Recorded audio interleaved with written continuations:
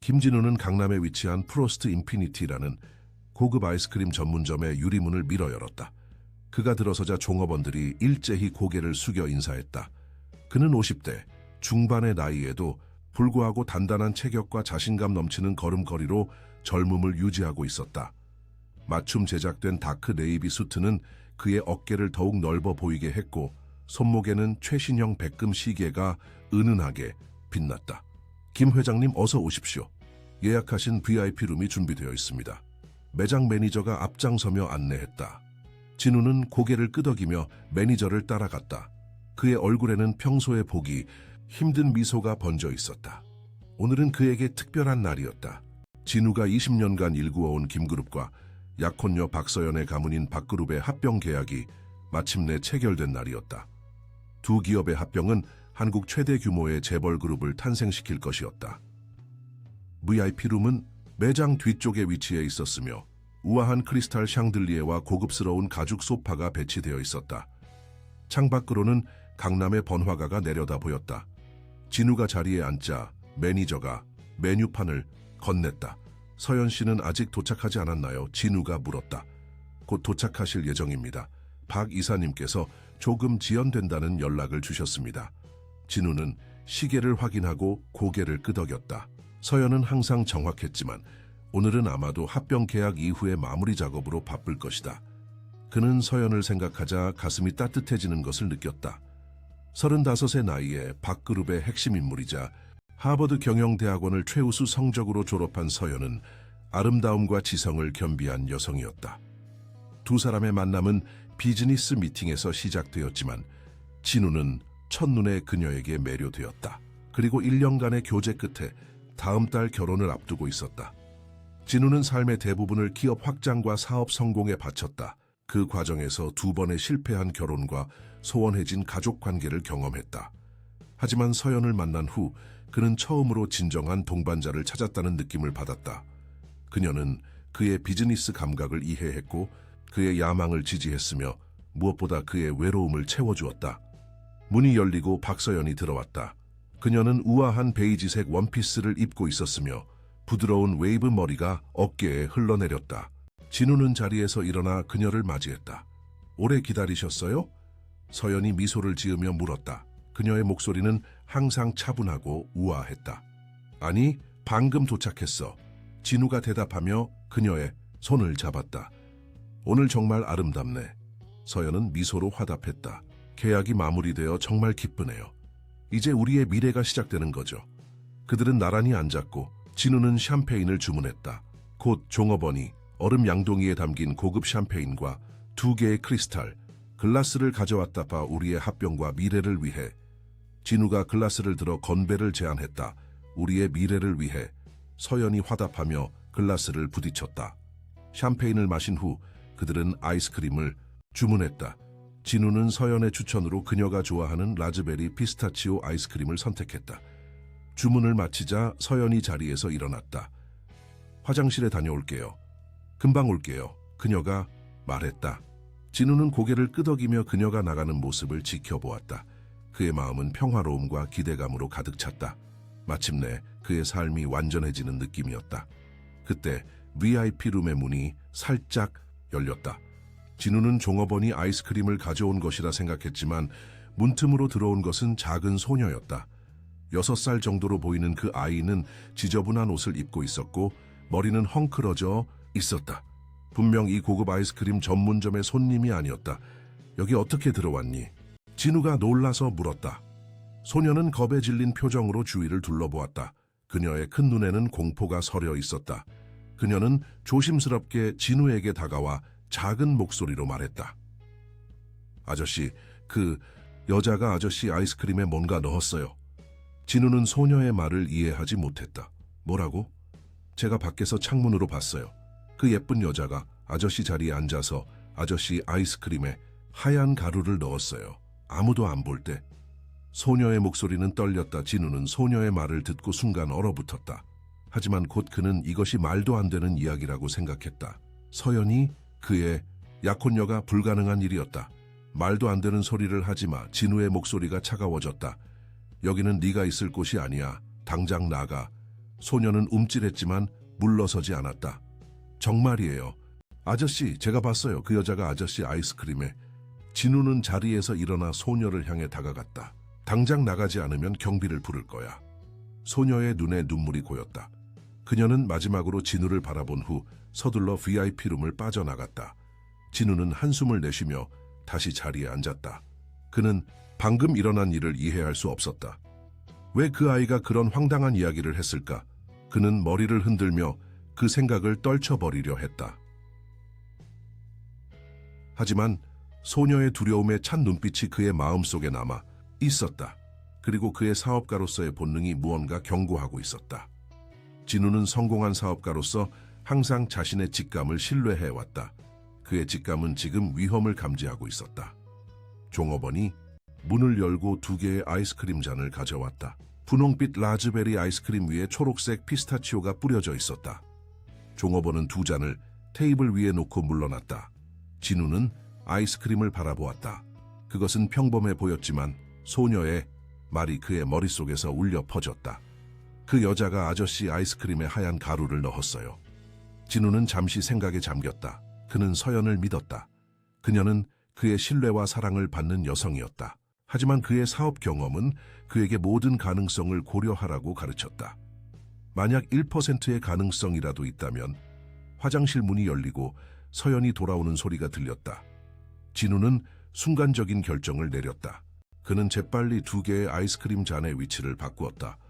만약 소녀의 말이 사실이라면 이제 서연이 진우를 위해 준비했다는 아이스크림을 먹게 될 것이다. 서연이 VIP룸에 들어왔다. 그녀는 여전히 우아하고 아름다웠다. 진우는 자신이 방금 한 행동에 대해 약간의 죄책감을 느꼈다. 어떻게 그가 서연을 의심할 수 있었을까? 아, 아이스크림이 왔네요. 서연이 자리에 앉으며 말했다. 맛있어 보이지 않나요? 진우는 고개를 끄덕였다. 그래, 네가 추천한 거니까 맛있겠지. 서연은 자신 앞에 놓인 아이스크림을 바라보았다. 진우는 그녀의 표정을 주시했다. 어떤 변화라도 있을까? 하지만 서연의 얼굴에는 아무런 의심의 그림자도 없었다. 그녀는 미소를 지으며 스푼을 들어 아이스크림을 떠서 입에 넣었다. 정말 맛있네요. 한번 드셔보세요. 서연이 말했다. 진우는 잠시 망설였다. 그는 자신의 행동이 너무 과한 것은 아닌지 생각했다. 하지만 이미 엎질러진 물이었다. 그는 스푼을 들어 아이스크림을 맛보았다. 라즈베리의 상큼함과 피스타치오의 고소함이 완벽하게 어우러진 맛이었다. 그들은 아이스크림을 먹으며 다가올 결혼식과 신혼여행 계획에 대해 이야기했다. 서연은 평소와 다름없이 차분하고 우아했으며 때때로 진우를 향해 따뜻한 미소를 지었다. 진우는 점점 더 자신의 행동이 어리석었다고 느꼈다. 어떻게 그가 잠시라도 서연을 의심할 수 있었을까? 하지만 그때 서연의 얼굴이 갑자기 창백해졌다. 그녀는 말을 멈추고 가슴을 움켜쥐었다. 서연 씨, 괜찮아? 진우가 걱정스럽게 물었다. 서연은 대답하지 못했다. 그녀의 입에서 신음소리가 새어나왔고 그녀는 의자에서 미끄러져 내리기 시작했다. 진우는 급히 자리에서 일어나 그녀를 붙잡았다. 서연 씨, 서연 씨. 진우가 그녀를 흔들며 외쳤다. 서연의 눈이 크게 떠졌다가 감겼다. 그녀의 호흡이 가빠졌고 얼굴은 점점 더 창백해졌다. 진우는 공포에 질려 도움을 요청했다. 누가 좀 도와주세요. 119에 전화해주세요. 종업원들이 급히 VIP룸으로 몰려들었다. 한 종업원이 즉시 전화를 걸었고 다른 종업원은 응급처치를 시도했다. 진우는 서연의 손을 잡고 있었다. 그녀의 손은 차갑고 축축했다. 서연 씨, 괜찮아질 거야. 곧 도움이 올 거야. 진우가 말했지만 그의 목소리는 떨렸다. 구급대원들이 도착하는 데는 불과 몇 분밖에 걸리지 않았다. 그들은 신속하게 서연을 살펴보고 들것에 실었다. 진우는 그들을 따라 구급차에 탔다. 구급차가 사이렌을 울리며 병원으로 향하는 동안 진우의 머릿속에는 소녀의 경고가 울려 퍼졌다. 그 여자가 아저씨 아이스크림에 하얀 가루를 넣었어요. 이제 그는 그 말이 사실이었음을 알았다. 하지만 그가 아직 이해하지 못한 것은 왜 서연이 그런 행동을 했는지, 그리고 아이스크림 위치를 바꾼 후에 왜 서연이 아파졌는지였다. 그는 이 모든 질문에 대한 답을 찾아야 했다. 하지만 지금 가장 중요한 것은 서연의 상태였다. 구급차는 서울의 가장 큰 대학병원 응급실 앞에 멈춰 섰다. 의료진이 서둘러 서연을 응급실로 옮겼다. 진우는 그들을 따라가려 했지만 의사가 그를 막았다. 김 회장님, 지금은 기다려 주셔야 합니다. 최선을 다하겠습니다. 진우는 할 수 없이 대기실에 앉았다. 그의 머릿속은 혼란스러웠다. 오늘은 그의 인생에서 가장 행복한 날이 되어야 했다. 그런데 어떻게 이런 일이 벌어질 수 있었을까? 그는 소녀가 한 말을 다시 생각했다. 만약 서연이 정말로 그의 아이스크림에 독을 넣었다면 그녀의 목적은 무엇이었을까? 그리고 왜 그녀가 그 독의 영향을 받았을까? 진우는 깊은 생각에 잠겨 있었다. 그는 서연과의 관계를 돌아보았다. 그들의 만남, 교제, 그리고 약혼까지의 과정에서 그가 놓친 것이 있었을까? 서연은 항상 완벽했다. 너무 완벽했다. 어쩌면 그것이 그가 놓친 단서였을까? 1시간 후 의사가 대기실로 들어왔다. 그의 표정은 심각했다. 김 회장님, 박 이사님의 상태가 매우 위중합니다. 독성 물질에 의한 중독 증상을 보이고 있습니다. 진우는 충격을 받았다. 독성 물질이라고요? 네, 현재 정확한 물질을 분석 중입니다. 하지만 초기 검사 결과 이 물질은 피스타치오와 반응하여 독성이 크게 증가하는 특성을 가지고 있습니다. 진우는 그 말을 듣자 모든 것이 명확해졌다. 소녀의 경고, 아이스크림의 위치 변경, 그리고 서연의 상태까지. 서연은 진우의 아이스크림에 독을 넣었지만 위치가 바뀌어 자신이 그것을 먹게 된 것이다. 박 이사님에게 특별한 알레르기가 있습니까? 의사가 물었다. 진우는 잠시 생각했다. 글쎄요, 제가 알기로는 없습니다만 확실하지 않습니다. 검사 결과 박 이사님은 견과류에 심각한 알레르기 반응을 보이고 있습니다. 피스타치오 같은 견과류는 그녀에게 치명적일 수 있습니다. 진우는 병원 복도에 서서 의사의 말을 이해하려고 노력했다. 세상이 그의 주변에서 빙빙 도는 것 같았다. 견과류 알레르기라고요? 그런데 왜 서연 씨가 그걸 말하지 않았을까요? 진우가 혼란스러운 표정으로 물었다. 의사는 고개를 끄덕였다. 매우 심각한 알레르기입니다. 이런 상태라면 평소에 철저히 주의했을 텐데요. 특히 피스타치오는 강한 알레르기 반응을 일으킬 수 있습니다. 진우는 무언가 이상하다고 느꼈다.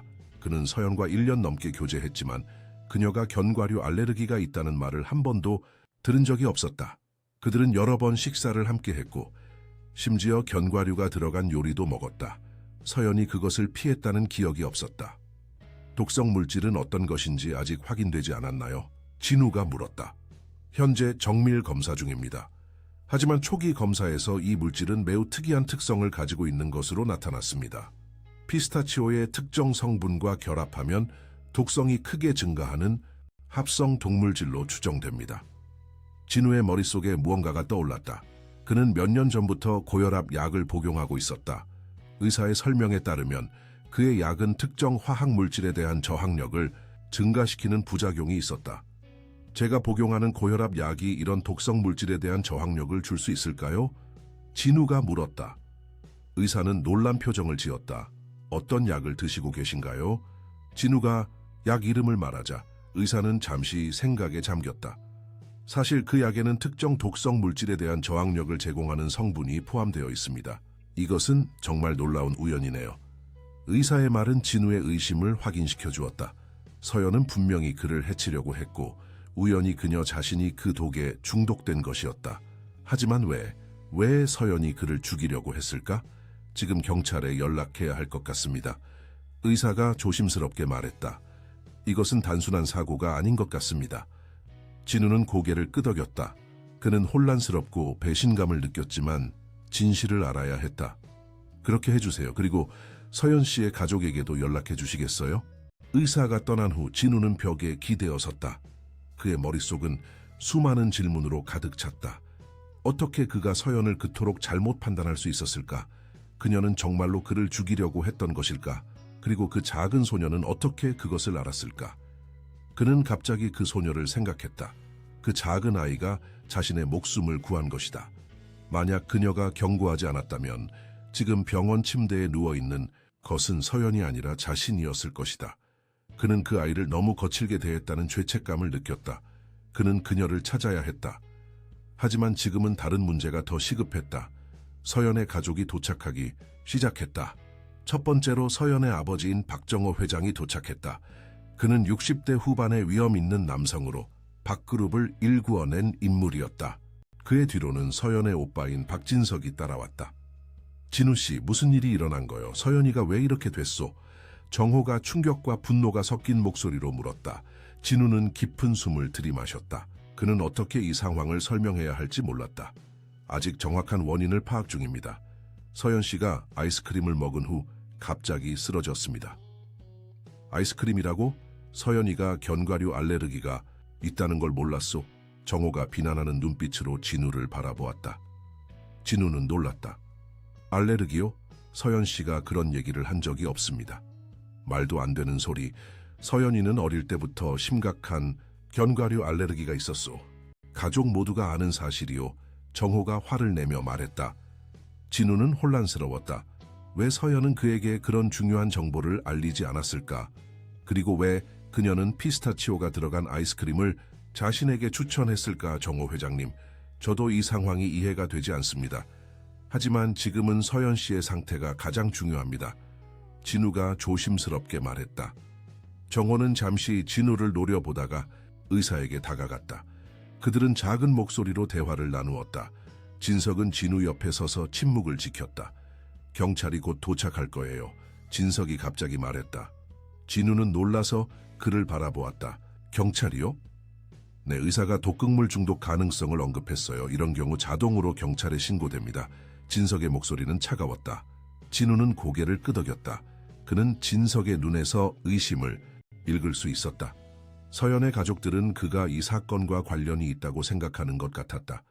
30분 후 2명의 형사가 병원에 도착했다. 그들은 진우와 서연의 가족들에게 간단한 인사를 한 후 사건 경위를 물었다. 김 회장님, 오늘 일어난 일을 자세히 설명해 주시겠습니까? 나이가 많은 형사가 물었다. 진우는 모든 것을 설명했다. 합병 계약 체결, 아이스크림 가게에서의 축하, 그리고 소녀의 경고까지. 하지만 그는 아이스크림 잔을 바꿔놓은 사실은 잠시 생략했다. 소녀라고요? 어떤 소녀가 경고를 했다는 겁니까? 형사가 관심을 보였다. 네, 6살 정도로 보이는 노숙자 아이였습니다. 그 아이가 서연 씨가 제 아이스크림에 뭔가를 넣는 것을 봤다고 했습니다. 형사들은 서로 의미심장한 눈빛을 교환했다. 그 소녀를 다시 만날 수 있을까요? 진우는 고개를 저었다. 제가 그 아이를 쫓아냈습니다. 당시에는 그 말을 믿지 않았거든요. 그럼 아이스크림 잔은 어떻게 되었습니까? 다른 형사가 물었다. 진우는 잠시 망설였다. 그는 진실을 말해야 한다는 것을 알았다. 사실 소녀의 경고 후에 서연 씨가 화장실에 간 사이 2잔의 위치를 바꿔놓았습니다. 이 말에 방 안의 모든 사람들이 충격을 받은 듯했다. 특히 서연의 아버지 정호의 얼굴이 붉게 변했다. 당신이 뭐라고? 우리 딸을 의심해서 그런 짓을 했다고. 정호가 분노하며 소리쳤다. 정호, 회장님 진정하세요. 이건 조사의 일부입니다. 형사가 개입했다. 조사라고? 내 딸이 병실에 누워있는데 이자가 그런 짓을 했다고 자백하고 있소. 정호가 계속해서 화를 냈다. 진우는 침착하게 말했다. 저도 이 상황이 이해가 되지 않습니다. 하지만 사실은 사실입니다. 그리고 지금 서연 씨가 독에 중독된 것은 원래 제가 먹어야 했던 아이스크림을 그녀가 먹었기 때문입니다. 이 말은 방 안에 무거운 침묵을 가져왔다. 형사들은 진우의 말을 메모했고 서연의 가족들은 충격과 분노로 그를 바라보았다. 이건 말도 안 돼요. 진석이 마침내 입을 열었다. 서연이 누나가 왜 진우 형을 해치려고 했겠어요? 그건 말이 안 됩니다. 진우도 같은 생각이었다. 그는 서연을 사랑했고 그녀도 자신을 사랑한다고 믿었다. 그들은 함께 미래를 계획했다. 왜 서연이 그를 죽이려고 했을까? 아이스크림 가게의 CCTV를 확인할 필요가 있겠습니다. 형사가 말했다. 그리고 박 이사님의 개인 소지품과 통화 기록도 조사해야 할 것 같습니다. 정호는 형사들을 노려보았다. 내 딸을 용의자 취급하지 마시오. 범인은 분명히 저자요. 그가 진우를 가리키며 소리쳤다. 모든 가능성을 열어두고 조사해야 합니다. 형사가 차분하게 대답했다. 김 회장님도 마찬가지로 조사 대상입니다. 진우는 고개를 끄덕였다. 그는 진실이 밝혀지기를 원했다. 그가 서연을 사랑했던 만큼 그녀가 정말로 그를 해치려 했다면 그 이유를 알아야 했다. 의사가 다시 나타났다. 그의 표정은 심각했다. 박 이사님의 상태가 악화되고 있습니다. 독성 물질이 그녀의 신경계에 영향을 미치고 있습니다. 우리는 해독제를 사용하고 있지만 알레르기 반응과 독성이 복합적으로 작용하고 있어 치료가 쉽지 않습니다. 모두가 의사의 말에 충격을 받았다. 서연의 생명이 위험한 상황이었다. 그녀를 살릴 수 있나요? 정호가 떨리는 목소리로 물었다. 최선을 다하고 있습니다. 하지만 정확한 독성 물질을 파악하는 것이 중요합니다. 그래야 적절한 해독제를 사용할 수 있습니다. 형사 중 한 명이 전화를 받았다. 그는 잠시 통화한 후 동료에게 무언가를 속삭였다. 김 회장님, 아이스크림 가게의 CCTV를 확인했습니다. 그리고 형사가 말을 망설였다. 그리고 뭐요? 진우가 초조하게 물었다. 소녀의 말이 사실이었습니다. 박 이사님이 아이스크림에 뭔가를 넣는 장면이 촬영되었습니다. 이 말에 방 안의 모든 사람들이 충격을 받았다. 정호는 의자에 털썩 주저앉았고 진석은 믿을 수 없다는 표정을 지었다. 그건 불가능해요. 진석이 말했다. 누나가 그럴 리 없어요. 형사는 고개를 끄덕였다. 영상은 명확합니다. 박 이사님이 화장실로 가는 척하다가 주방 쪽으로 향했고 그곳에서 작은 봉투에서 흰색 가루를 꺼내 아이스크림에 뿌렸습니다. 그리고 다시 자리로 돌아왔습니다. 진우는 이 말을 듣고 가슴이 무너지는 것 같았다. 그의 의심은 사실이었다. 서연, 그가 사랑했던 여자, 그의 미래를 함께하려고 했던 여자가 그를 죽이려고 했던 것이다. 왜? 진우가 작은 목소리로 물었다. 왜 서연 씨가 그런 짓을 했을까요? 형사는 어깨를 으쓱했다. 그건 조사를 통해 밝혀내야 할 부분입니다. 하지만 지금으로서는 박 이사님이 의식을 회복하기 전까지는 그 이유를 알기 어려울 것 같습니다. 진우는 창밖을 바라보았다. 밤이 깊어가고 있었다. 아침에는 그의 인생이 완벽해 보였다. 사랑하는 여자와의 결혼, 두 기업의 성공적인 합병, 밝은 미래. 그런데 지금은 모든 것이 산산조각이 났다. 그는 갑자기 그 소녀가 다시 생각났다. 그 작은 아이가 그의 목숨을 구했다. 그는 그녀를 찾아야 했다. 그녀에게 감사해야 했다. 그리고 어쩌면 그녀는 이 모든 상황에 대해 더 많은 것을 알고 있을지도 모른다. 형사님, 제가 잠시 나가봐야 할 것 같습니다. 진우가 말했다. 조사가 진행 중인데 어디로 가시려는 겁니까? 형사가 물었다. 그 소녀를 찾아보려고 합니다. 그녀가 이 상황에 대해 더 많은 것을 알고 있을지도 모릅니다.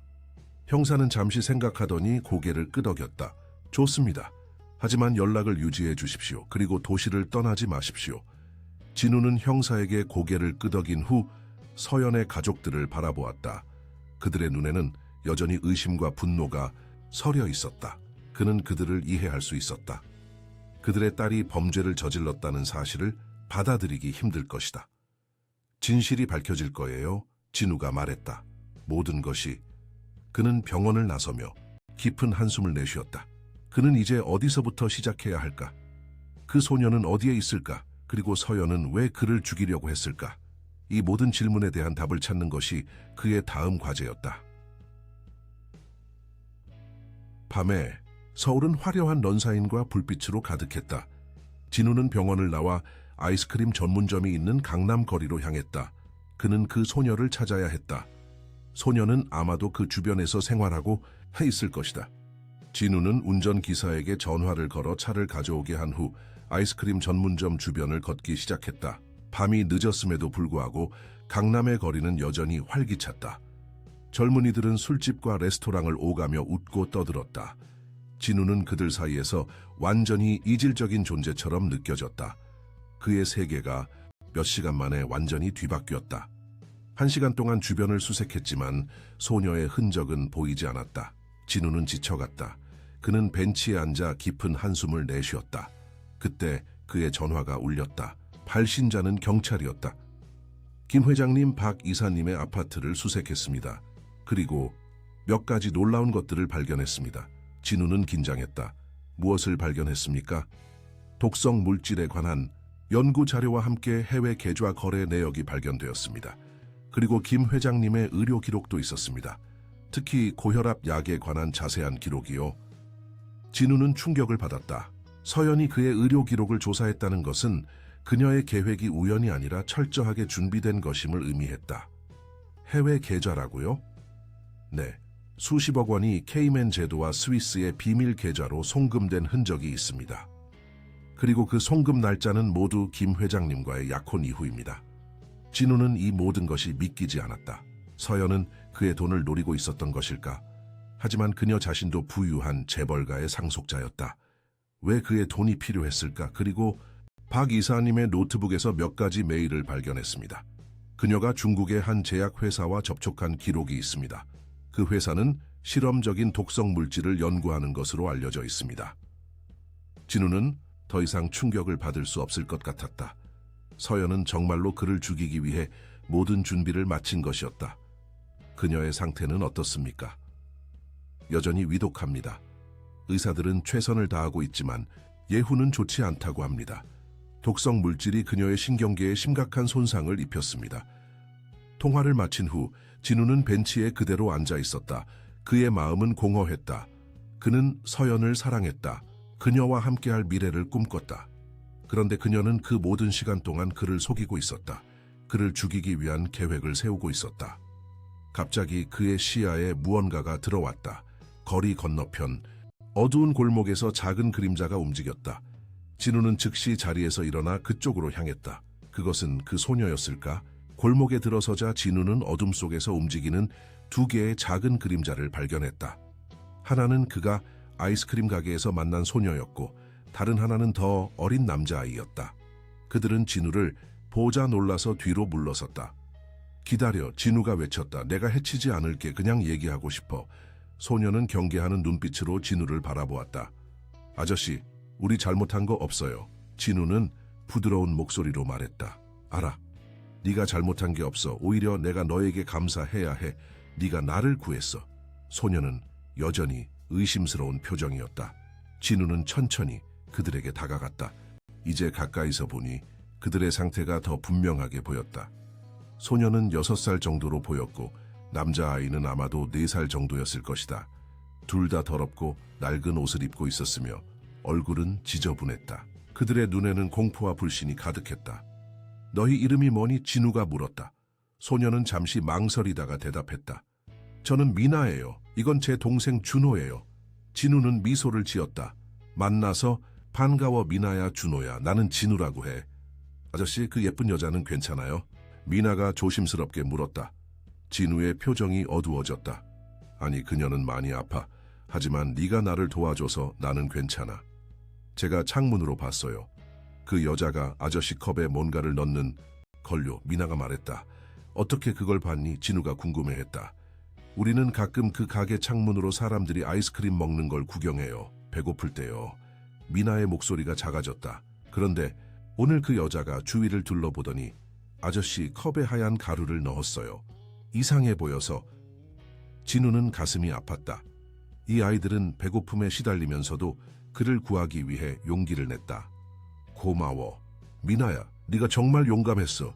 아저씨, 우리 이제 가도 돼요? 준호가 배고프다고 해요. 미나가 물었다. 진우는 결심했다. 그는 이 아이들을 그냥 두고 갈 수 없었다. 배고프구나. 내가 뭐 좀 먹을 것을 사줄게. 그리고 따뜻한 곳에서 자도록 도와줄게. 미나는 의심스러운 표정이었지만 준호의 배고픈 표정을 보고 결국 고개를 끄덕였다. 진우는 그들을 데리고 근처의 24시간 패스트푸드점으로 향했다.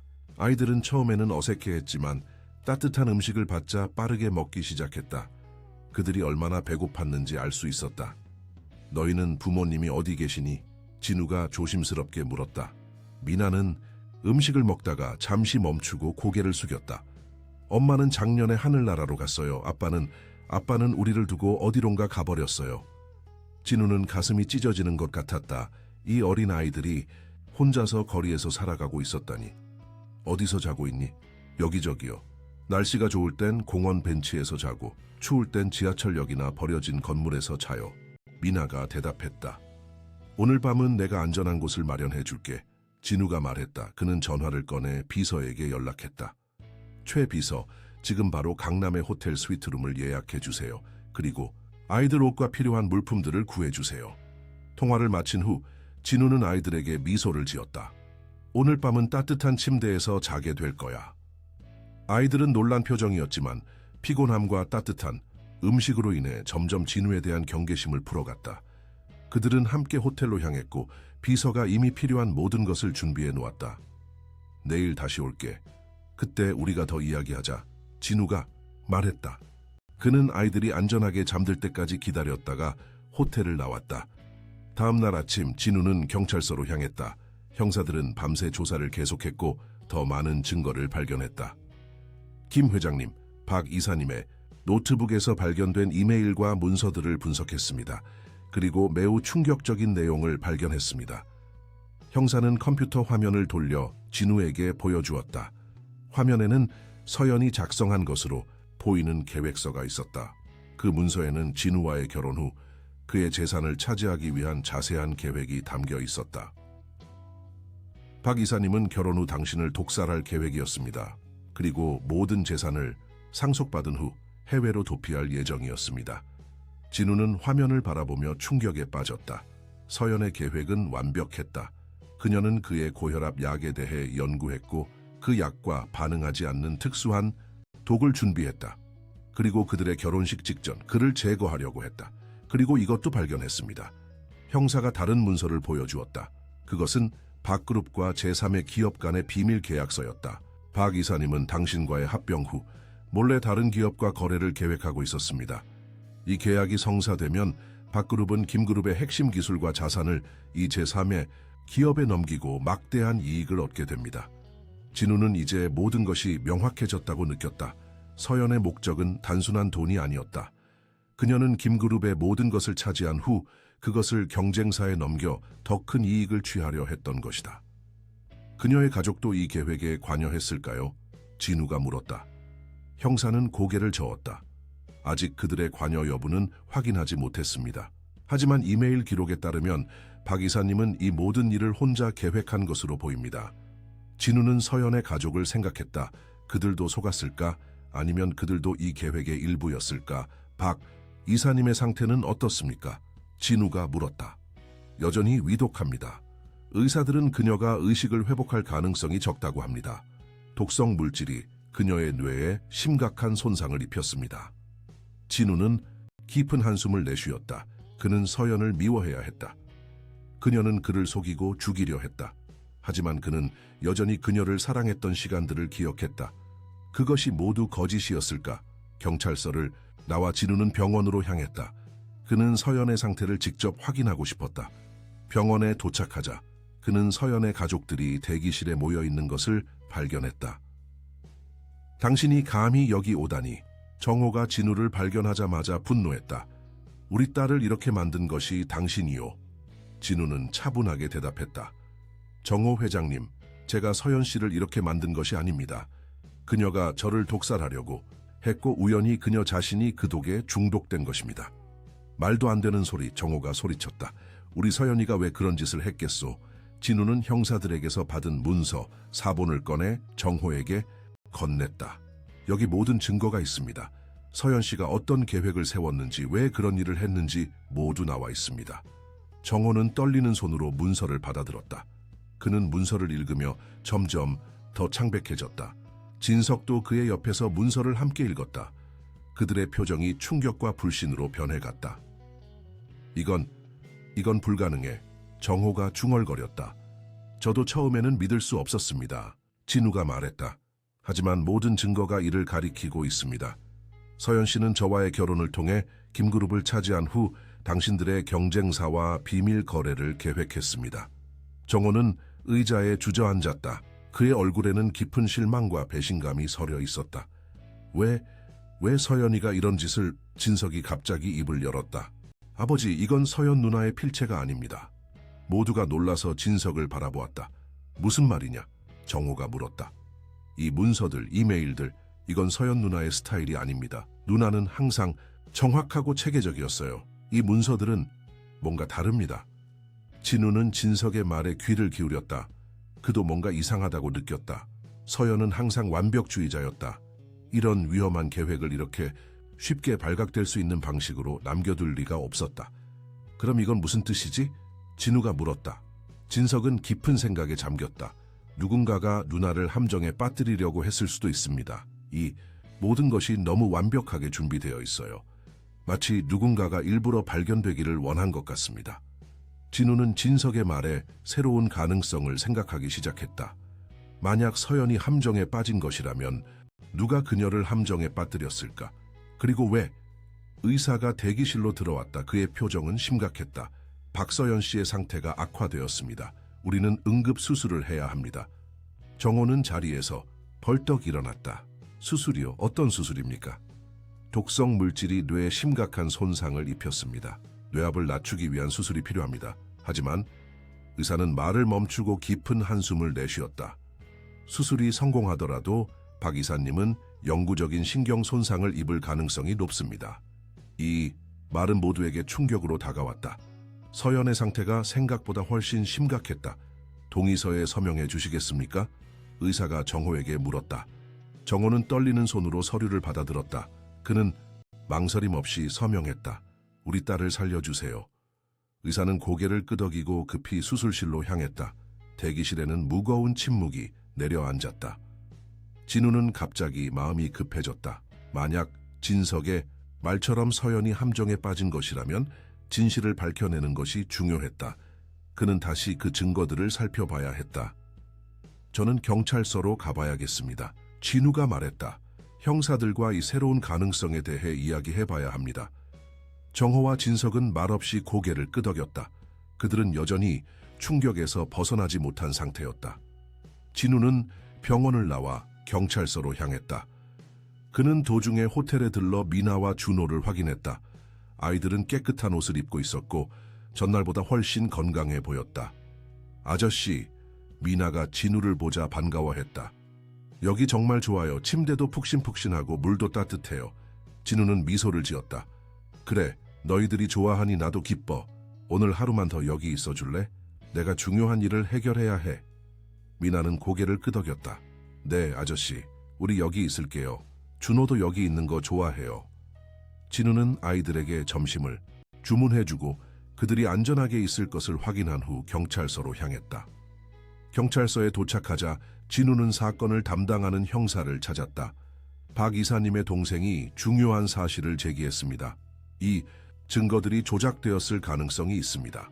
형사는 관심을 보였다. 어떤 점에서요? 문서의 스타일과 필체가 박 이사님의 것과 다르다고 합니다. 그리고 모든 것이 너무 쉽게 발견되었습니다. 마치 누군가가 일부러 그렇게 만든 것 같습니다. 형사는 잠시 생각에 잠겼다. 흥미로운 지적입니다. 우리도 몇 가지 의문점이 있었습니다. 예를 들어 독성 물질을 구입한 기록이 너무 쉽게 추적되었습니다.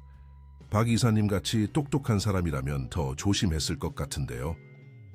진우는 이 사건이 점점 더 복잡해지고 있다고 느꼈다. 그럼 누가 이런 짓을 했을까요? 그것이 핵심 질문입니다.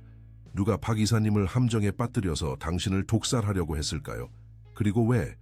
진우는 깊은 생각에 잠겼다. 이 모든 상황의 배후에 있는 사람은 두 가지 목적을 가지고 있을 것이다. 하나는 진우를 제거하는 것이고 다른 하나는 서연을 범인으로 만드는 것이다. 김그룹과 박그룹의 합병을 원하지 않는 사람이 있을까요? 형사가 물었다. 진우는 고개를 끄덕였다. 여러 경쟁사들이 우리의 합병을 좋지 않게 봤을 겁니다. 특히 정그룹은 우리와 직접적인 경쟁 관계에 있었고 합병으로 인해 가장 큰 타격을 받을 회사였습니다. 정그룹이요? 형사가 관심을 보였다. 그들에 대해 더 알려주시겠습니까?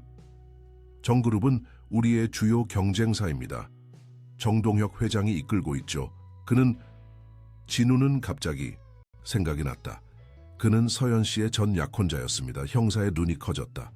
전 약혼자라고요? 그 사실을 왜 이제 말씀하시는 거죠? 중요하다고 생각하지 않았습니다. 그들의 약혼은 3년 전에 파혼되었습니다. 비즈니스적인 이유였다고 알고 있습니다. 형사는 즉시 컴퓨터로 정동혁에 대한 정보를 검색하기 시작했다. 정동혁 회장은 최근에 해외 출장이 많았군요. 특히 중국과 스위스로요. 중국이요. 진우가 놀랐다. 서연 씨가 접촉한 제약회사도 중국에 있었죠? 맞습니다. 그리고 스위스는 서연 씨가 비밀 계좌를 개설한 국가 중 하나입니다. 진우는 이제 모든 퍼즐이 맞춰지는 것을 느꼈다. 정동혁이 서연 씨를 이용해 저를 제거하려고 했던 거군요. 그리고 만약 계획이 실패하면 모든 증거가 서연 씨를 가리키도록 만들어 놓았습니다. 형사는 고개를 끄덕였다. 가능한 시나리오입니다. 하지만 증거가 필요합니다. 정동혁의 통화 기록과 이메일을 확인할 수 있을까요? 영장이 필요합니다. 하지만 지금까지의 정황으로는 충분한 근거가 될 것 같습니다. 진우는 이제 진실에 가까워지고 있다고 느꼈다. 하지만 여전히 많은 의문이 남아 있었다. 어떻게 정동혁은 서연을 조종했을까? 그리고 소녀는 어떻게 그 상황을 목격하게 되었을까? 그때 그의 전화가 울렸다. 발신자는 호텔이었다. 김 회장님, 죄송합니다만 두 아이가 사라졌습니다. 진우는 충격을 받았다. 뭐라고요? 언제요? 약 30분 전입니다. CCTV를 확인해 보니 아이들이 자발적으로 호텔을 나간 것으로 보입니다. 여자아이가 매우 불안해 보였습니다. 진우는 걱정이 되었다. 미나와 준호가 왜 갑자기 호텔을 나갔을까? 그들은 어디로 갔을까? 아이들을 찾아야 합니다. 진우가 형사에게 말했다. 그들이 이 사건의 핵심 증인입니다. 형사는 고개를 끄덕였다. 순찰차를 보내 주변을 수색하겠습니다. 아이들의 인상착의를 알려주세요. 진우는 미나와 준회에 대한 자세한 설명을 제공했다. 그는 아이들이 안전하기를 바랐다. 그들은 이미 너무 많은 고통을 겪었다. 김 회장님, 정동혁에 대한 조사 영장이 발부되었습니다. 그의 사무실과 자택을 수색할 예정입니다. 진우는 고개를 끄덕였다. 저도 함께 가고 싶습니다. 그건 규정상 어렵습니다만 특별한 상황이니 허락하겠습니다. 하지만 조사에 방해가 되지 않도록 해주세요. 진우는 형사와 함께 정동혁의 사무실로 향했다. 정그룹의 본사는 서울 중심부에 위치한 고층 빌딩이었다. 경찰차 여러 대가 건물 앞에 도착했고 형사들이 건물로 들어갔다. 정동혁의 사무실은 빌딩 최상층에 있었다. 비서는 놀란 표정으로 경찰을 맞이했다. 정동혁 회장님은 어디 계십니까? 형사가 물었다. 회장님은 오전에 긴급 해외 출장을 떠나셨습니다. 비서가 떨리는 목소리로 대답했다. 어디로요? 스위스 취리히로요. 중요한 비즈니스 미팅이 있다고 하셨습니다. 형사들은 즉시 정동혁의 사무실 수색을 시작했다. 진우는 방 안을 둘러보았다. 사무실은 고급스럽고 정돈되어 있었다. 벽에는 여러 사진들이 걸려 있었다. 그중 하나가 진우의 시선을 사로잡았다. 그것은 정동혁과 서연이 함께 찍은 사진이었다. 그들은 웃고 있었고 행복해 보였다. 이 사진은 언제 찍은 거죠? 진우가 비서에게 물었다. 비서는 잠시 망설이다가 대답했다. 약 3개월 전입니다. 박 이사님이 회장님을 비밀리에 만나러 오셨을 때요. 진우는 충격을 받았다. 서연은 그와 교제하는 동안 정동혁을 만났던 것이다. 자주 만났나요? 한 달에 한두 번 정도요. 항상 비밀리에 만나셨습니다. 회장님께서 누구에게도 말하지 말라고 하셨어요. 진우는 이제 더 많은 의문이 생겼다. 서연은 정동혁과 계속 관계를 유지하고 있었던 것일까? 그녀는 정동혁의 계획에 자발적으로 참여했을까? 여기 뭔가 있습니다. 한 형사가 소리쳤다. 그는 정동혁의 금고를 열어 서류 뭉치를 꺼냈다. 이것은 독성 물질에 관한 연구 자료입니다. 그리고 김 회장님의 의료 기록도 있습니다. 다른 형사는 컴퓨터를 조사하고 있었다. 정 회장님의 이메일에서 중국 제약회사와의 연락 기록을 발견했습니다. 그들은 특정 고혈압 약물에 반응하지 않는 독성 물질을 개발했습니다. 진우는 이제 모든 것이 분명해졌다고 느꼈다. 정동혁은 서연을 이용해 그를 제거하려고 했다. 그는 서연과의 관계를 이용해 그녀를 조종했고 만약 계획이 실패하면 모든 증거가 서연을 가리키도록 만들어 놓았다. 그때 진우의 전화가 울렸다. 발신자는 병원이었다. 김 회장님, 박서연 씨의 수술이 끝났습니다. 하지만 진우는 숨을 멈췄다. 하지만 수술은 성공적이었지만 박 이사님은 심각한 뇌 손상을 입었습니다. 그녀는 영구적인 신경장애를 갖게 될 것으로 예상됩니다. 진우는 가슴이 무너지는 것 같았다. 서연이 속았든 자발적으로 참여했든 그녀는 이제 영원히 정상적인 삶을 살 수 없게 되었다. 감사합니다. 곧 가겠습니다. 진우는 형사에게 상황을 설명했다.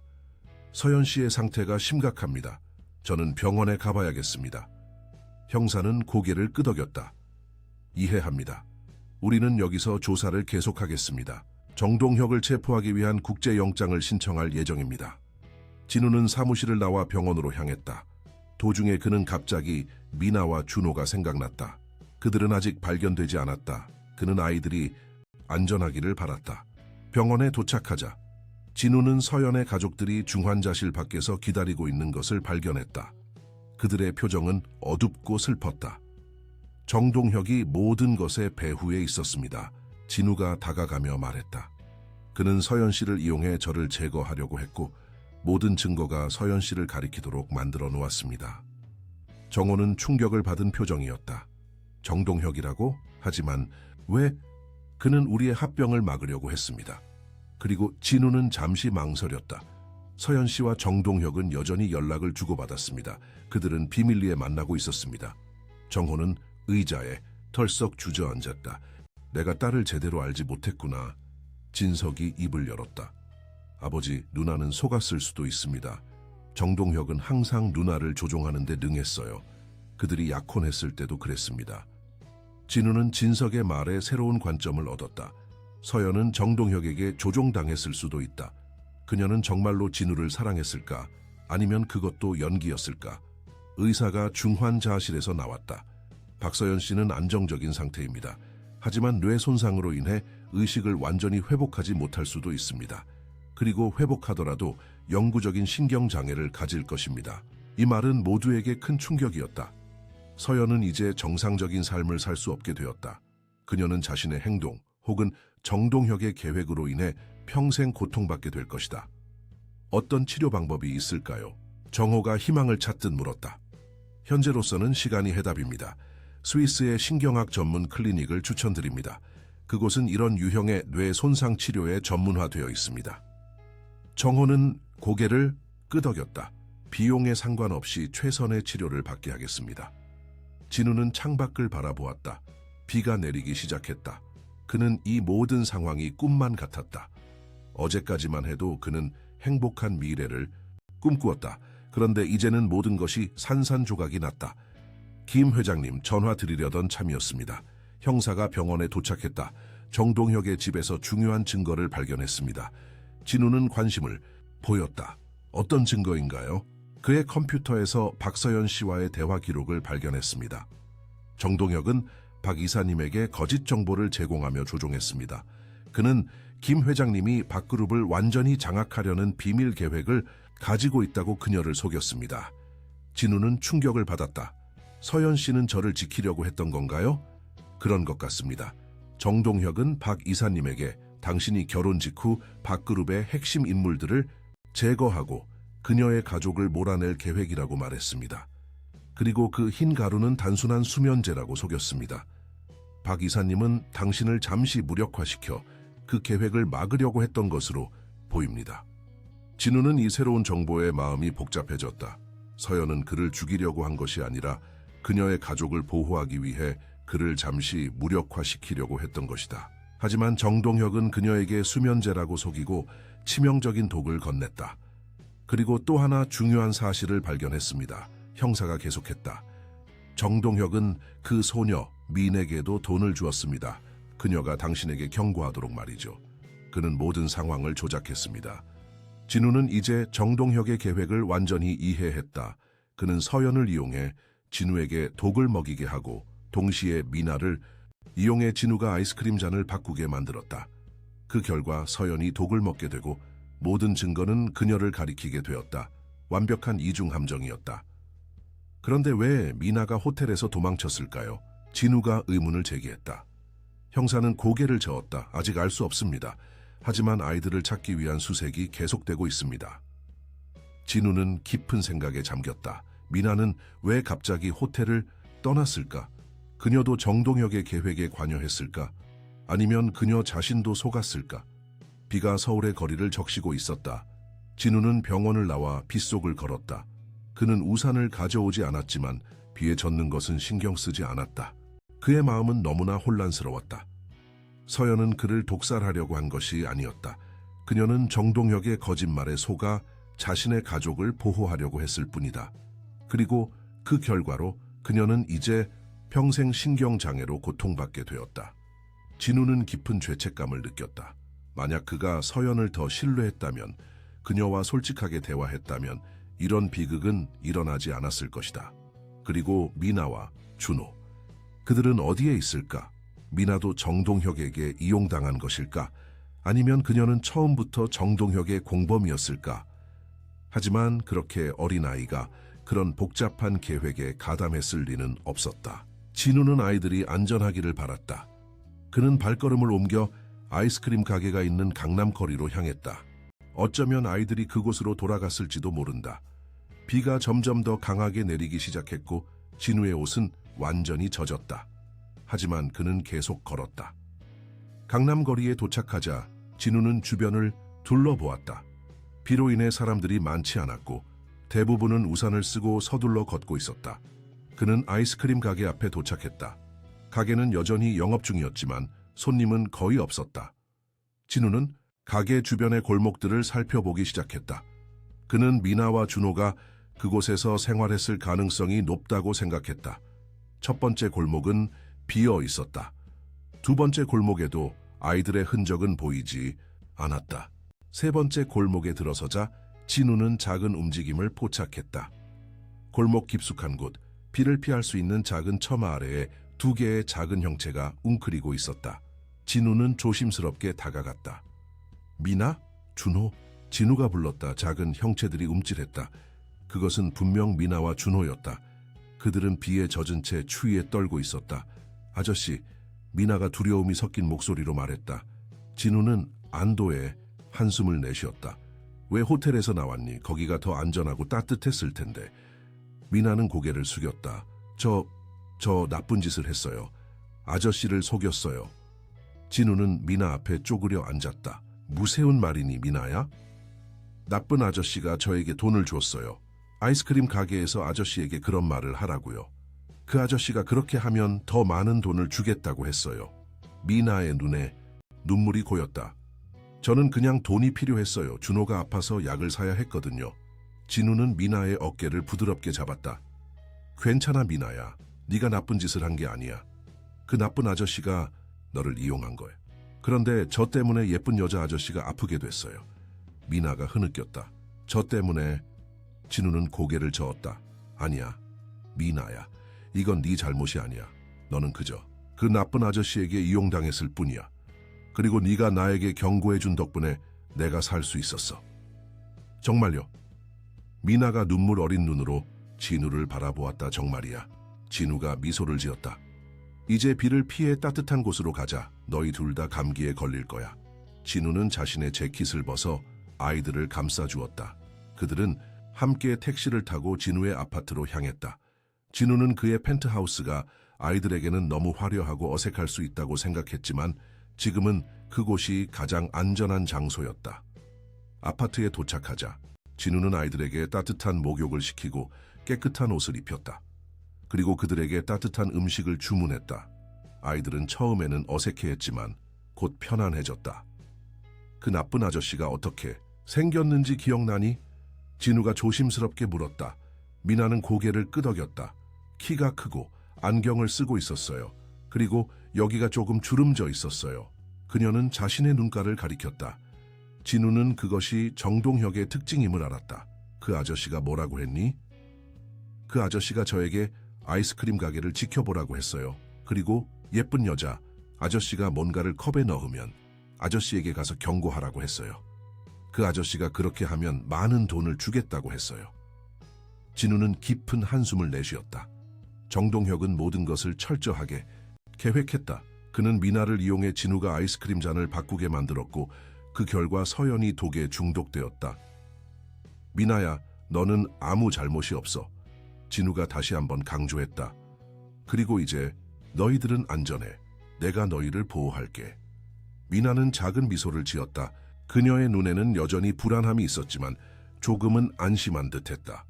진우의 전화가 울렸다. 발신자는 형사였다.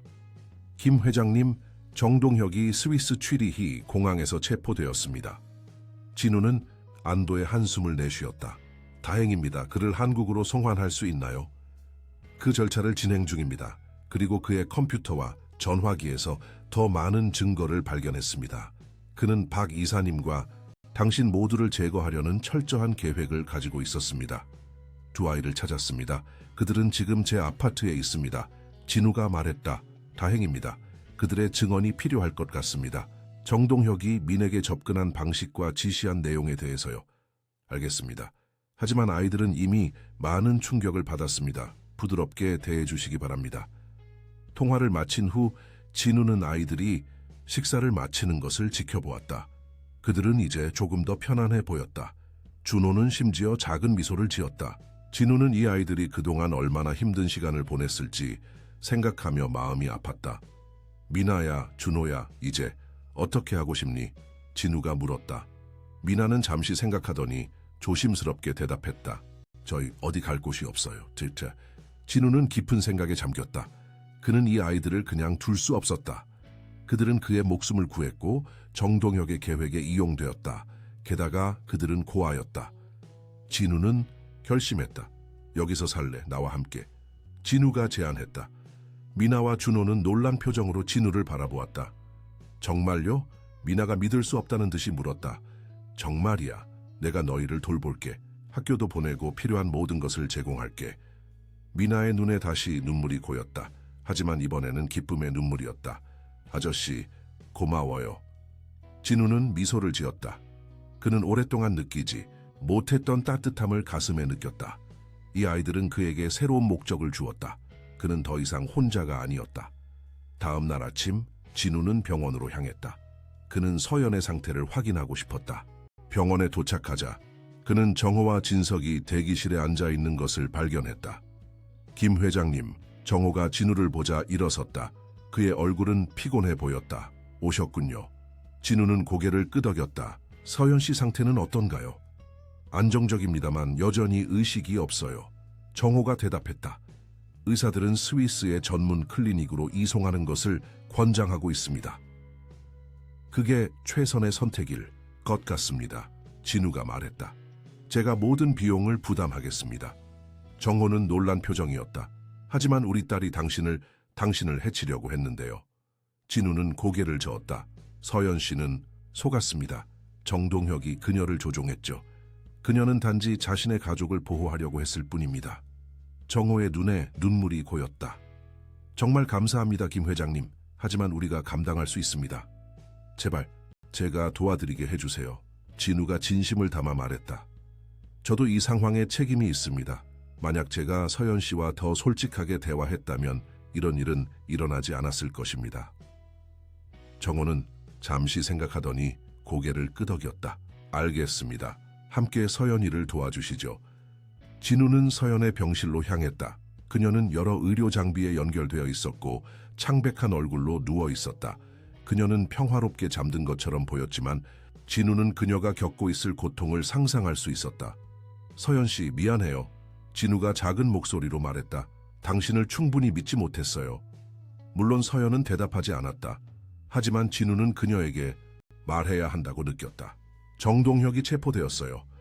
그는 모든 것에 대한 대가를 치르게 될 거예요. 그리고 당신은 최고의 치료를 받게 될 거예요.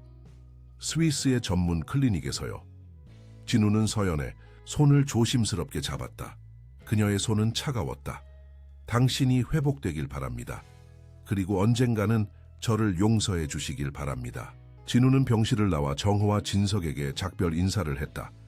서연 씨가 스위스로 이송될 준비가 되면 연락 주세요. 제가 모든 것을 준비하겠습니다. 정호는 고개를 끄덕였다. 정말 감사합니다, 김 회장님. 그리고 죄송합니다. 우리가 당신을 의심했어요. 괜찮습니다. 저도 많은 실수를 했습니다. 진우가 대답했다. 병원을 나와 진우는 사무실로 향했다. 그는 몇 가지 중요한 결정을 내려야 했다. 먼저 김그룹과 박그룹의 합병에 대해서. 이제 그 계약은 어떻게 될까? 그리고 미나와 준호에 대해서. 그는 그들을 법적으로 입양하고 싶었다. 사무실에 도착하자 진우의 비서가 그를 맞이했다. 김 회장님, 경찰에서 연락이 왔습니다. 정동혁이 모든 혐의를 인정했다고 합니다. 진우는 고개를 끄덕였다. 다행입니다. 이제 서연 씨의 이름이 깨끗해질 수 있겠군요. 그리고 박정호 회장님께서 오늘 오후에 만나고 싶다고 하셨습니다. 합병 계약에 대해 논의하기 위해서요. 진우는 잠시 생각했다. 그는 여전히 합병을 원했을까? 이 모든 일이 있은 후에도 약속을 잡아주세요. 비서가 떠난 후 진우는 창밖을 바라보았다. 서울의 스카이라인이 눈앞에 펼쳐져 있었다. 그는 20년 동안 이 도시에서 자신의 제국을 건설해왔다. 그는 성공했지만 그 과정에서 많은 것을 잃었다. 2번의 실패한 결혼, 소원해진 가족관계, 그리고 진정한 행복. 하지만 이제 그는 새로운 시작을 할 수 있었다. 미나와 준호와 함께 그들은 그에게 2번째 기회를 주었다. 가족을 이루고 진정한 행복을 찾을 수 있는 기회. 진우는 변호사에게 전화를 걸었다. 미나와 준호라는 아이들을 입양하는 절차를 시작해주세요. 그들은 고아입니다. 최대한 빨리 진행해주세요. 오후에 정호가 사무실을 방문했다. 그는 피곤해 보였지만 결연한 표정이었다. 김 회장님, 합병에 대해 이야기하고 싶습니다. 진우는 고개를 끄덕였다. 네, 저도 그렇습니다. 우리는 여전히 합병을 원합니다. 정호가 말했다. 이번 사건은 불행한 일이었지만 비즈니스는 계속되어야 합니다.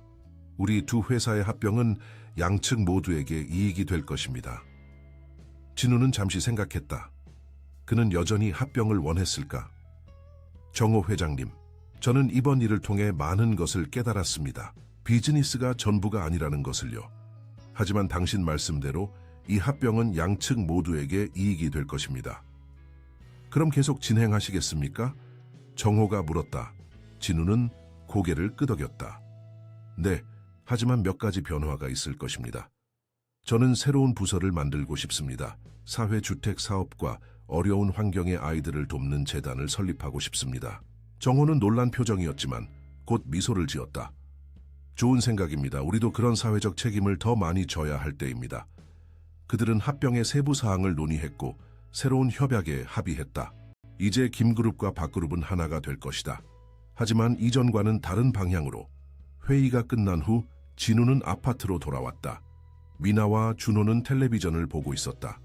그들은 진우가 들어오자 밝은 표정으로 그를 맞이했다. 아저씨, 오늘 무슨 일 있었어요? 미나가 물었다. 진우는 미소를 지었다. 좋은 일이 많았어. 그리고 너희에게 좋은 소식이 있어. 내가 너희를 입양하는 절차를 시작했어. 미나의 눈이 커졌다. 정말요? 저희가 아저씨 가족이 되는 거예요? 그래, 너희가 내 가족이 되는 거야. 우리 셋이 함께 새로운 시작을 하는 거지. 미나는 기쁨에 찬 표정으로 준호를 바라보았다. 준호도 드물게 환한 미소를 지었다. 진우는 가슴이 따뜻해지는 것을 느꼈다. 이것이 그가 항상 원했던 것이었다. 진정한 가족, 진정한 행복. 그리고 이사도 할 거야. 진우가 말했다. 이 아파트는 너희에게는 너무 답답할 거야. 우리는 정원이 있는 집으로 이사할 거야. 너희가 뛰어놀 수 있는 곳으로. 정원이요? 미나가 흥분한 목소리로 물었다. 정말 좋겠다. 진우는 아이들을 바라보며 미소를 지었다. 그의 인생은 이제 새로운 방향으로 나아가고 있었다. 서연과의 비극적인 사건은 그에게 많은 것을 가르쳐 주었다. 비즈니스와 성공이 전부가 아니라는 것, 진정한 행복은 사랑하는 사람들과 함께하는 것이라는 것. 진우는 창밖을 바라보았다. 비가 그치고 햇살이 구름 사이로 비치기 시작했다. 마치 그의 인생에 새로운 빛이 들어오는 것 같았다. 6개월 후 진우는 서울 외곽의 한적한 동네에 있는 새 집으로 이사했다. 그것은 넓은 정원이 있는 아름다운 주택이었다. 집은 크고 화려했지만 그의 펜트하우스와는 달리 따뜻하고 가정적인 분위기를 풍겼다. 미나와 준호는 각자 자신만의 방을 가지게 되었고 정원에서는 강아지 2마리가 뛰어놀았다. 진우는 많은 것을 변화시켰다. 그는 여전히 김그룹의 회장이었지만 그의 우선순위는 달라졌다. 그는 더 이상 하루 종일 사무실에 있지 않았다. 대신 그는 가능한 한 일찍 집으로 돌아와 아이들과 시간을 보냈다. 그는 미나의 숙제를 도와주고 준호와 함께 정원에서 축구를 했다. 미나는 이제 좋은 학교에 다니고 있었고 준호는 유치원에 다니기 시작했다. 두 아이 모두 빠르게 적응했고 새 환경에서 행복해 보였다. 그들은 더 이상 거리에서 생활하던 두려움에 찬 아이들이 아니었다. 그들은 이제 사랑받고 보살핌을 받는 아이들이었다. 입양 절차는 예상보다 오래 걸렸지만 마침내 완료되었다. 미나와 준호는 이제 법적으로 김진우의 자녀가 되었다. 그들은 이제 김미나와 김준호였다. 그날 저녁, 진우는 입양 축하 파티를 열었다. 그는 몇몇 가까운 직원들과 정호, 진석을 초대했다. 정호와 진석은 서연의 일이 있은 후 진우와 가까워졌다. 그들은 서로를 이해하고 용서했다. 그리고 그들은 함께 서연을 돕기 위해 노력했다. 서연은 스위스의 전문 클리닉에서 치료를 받고 있었다. 그녀의 상태는 조금씩 호전되고 있었지만 여전히 장기적인 치료가 필요했다. 의사들은 그녀가 완전히 회복될 가능성은 낮지만 기본적인 기능은 회복할 수 있을 것이라고 말했다. 진우는 정기적으로 그녀의 치료 비용을 지원했고 때때로 스위스를 방문하여 그녀의 상태를 확인했다. 정동혁은 모든 혐의를 인정하고 징역 20년을 선고받았다. 그는 살인, 미수, 사기, 증거 조작 등 여러 죄목으로 기소되었다.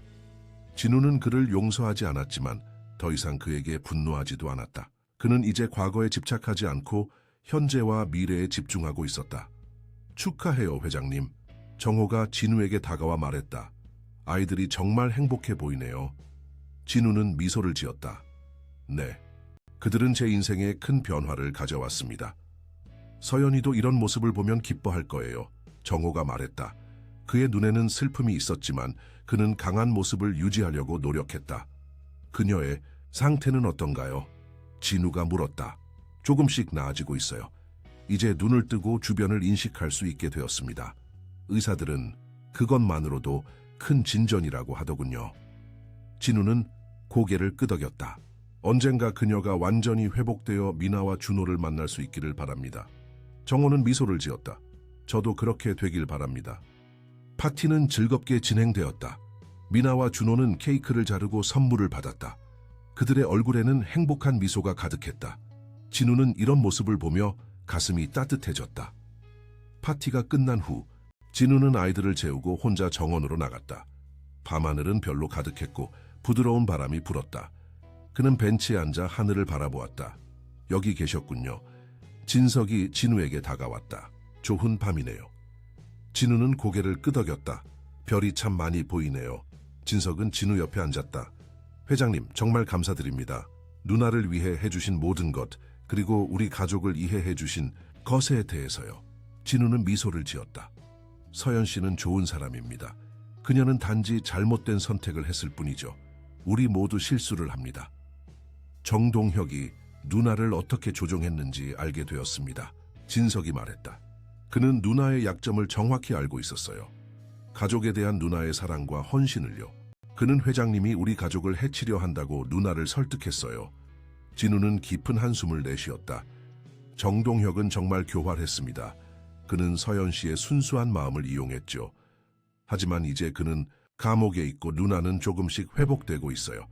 그리고 회장님은 새로운 가족을 얻었습니다. 모든 것이 좋은 방향으로 흘러가고 있어요. 진우는 고개를 끄덕였다. 그래요, 진석 씨. 우리는 이 시련을 통해 더 강해졌습니다. 그들은 잠시 침묵 속에서 별을 바라보았다. 그때 미나가 정원으로 나왔다. 그녀는 파자마를 입고 있었고 졸린 눈으로 진우를 찾고 있었다. 아빠. 미나가 부르자 진우는 깜짝 놀랐다. 그녀가 그를 아빠라고 부른 것은 이번이 처음이었다. 진우는 자리에서 일어나 민에게 다가갔다. 미나야, 무슨 일이니? 준호가 악몽을 꾸고 있어요. 아빠가 필요해요. 미나가 말했다. 진우는 미나의 손을 잡고 집 안으로 들어갔다. 진석은 미소를 지으며 그들을 바라보았다. 진우가 진정한 아버지가 되어가는 모습이 보기 좋았다. 준호의 방에 들어가자 준호는 침대에서 흐느끼고 있었다. 진우는 그의 옆에 앉아 부드럽게 등을 쓰다듬었다. 준호야, 괜찮아. 아빠가 여기 있어. 준호는 진우를 바라보고는 그의 품에 안겼다. 아빠, 무서웠어요. 괜찮아, 이제 괜찮아. 아빠가 너를 지켜줄게. 진우가 준호를 안아주었다. 미나도 함께 침대에 앉았다. 그들은 마치 진짜 가족처럼 보였다. 진우는 이런 순간이 그가 진정으로 원했던 것임을 깨달았다. 그는 비즈니스 성공보다 이런 작은 행복이 더 중요하다는 것을 알게 되었다. 다음 날 아침, 진우는 일찍 일어나 아이들을 위해 아침 식사를 준비했다. 그는 요리에 능숙하지 않았지만 간단한 계란 프라이와 토스트는 만들 수 있었다. 미나와 준호는 졸린 눈으로 부엌에 들어왔다. 아빠가 아침을 만들었어. 진우가 자랑스럽게 말했다. 미나는 웃었다. 아빠, 토스트가 타고 있어요. 진우는 급히 토스터로 달려가 빵을 꺼냈다. 빵은 약간 탔지만 여전히 먹을만 했다. 괜찮아. 조금 바삭한 것뿐이야. 아이들은 웃으며 식탁에 앉았다. 그들은 함께 아침을 먹으며 그날의 계획에 대해 이야기했다. 진우는 오후에 중요한 회의가 있었지만 그 전에 아이들을 학교에 데려다 줄 계획이었다. 아빠, 오늘 학교에서 가족에 대한 발표를 해야 해요. 미나가 말했다. 제가 우리 가족 이야기를 할 거예요. 진우는 미소를 지었다. 무슨 이야기를 할 거니? 준호와 제가 어떻게 아빠를 만났는지, 그리고 아빠가 어떻게 우리를 입양했는지 이야기할 거예요. 그리고 우리가 얼마나 행복한지도요. 진우는 감동했다. 정말 좋은 이야기구나, 미나야. 아침 식사 후 진우는 아이들을 학교에 데려다 주었다. 그는 미나의 담임 선생님과 잠시 대화를 나누었다. 선생님은 미나가 학교에 잘 적응하고 있고 성적도 좋다고 말했다. 진우는 자랑스러운 마음으로 사무실로 향했다. 사무실에 도착하자 비서가 그를 맞이했다. 회장님, 정동혁의 변호사가 연락해 왔습니다. 정동혁이 당신과 이야기하고 싶다고 합니다. 진우는 놀랐다. 정동혁이요? 왜죠? 그는 중요한 정보가 있다고 합니다. 당신과 관련된 정보라고요. 진우는 잠시 생각했다. 그는 정동혁을 다시 만나고 싶지 않았다. 하지만 그가 중요한 정보를 가지고 있다면 들어볼 가치가 있을 것이다. 좋아요, 면회를 준비해 주세요. 다음 날 진우는 정동혁이 수감되어 있는 교도소를 방문했다.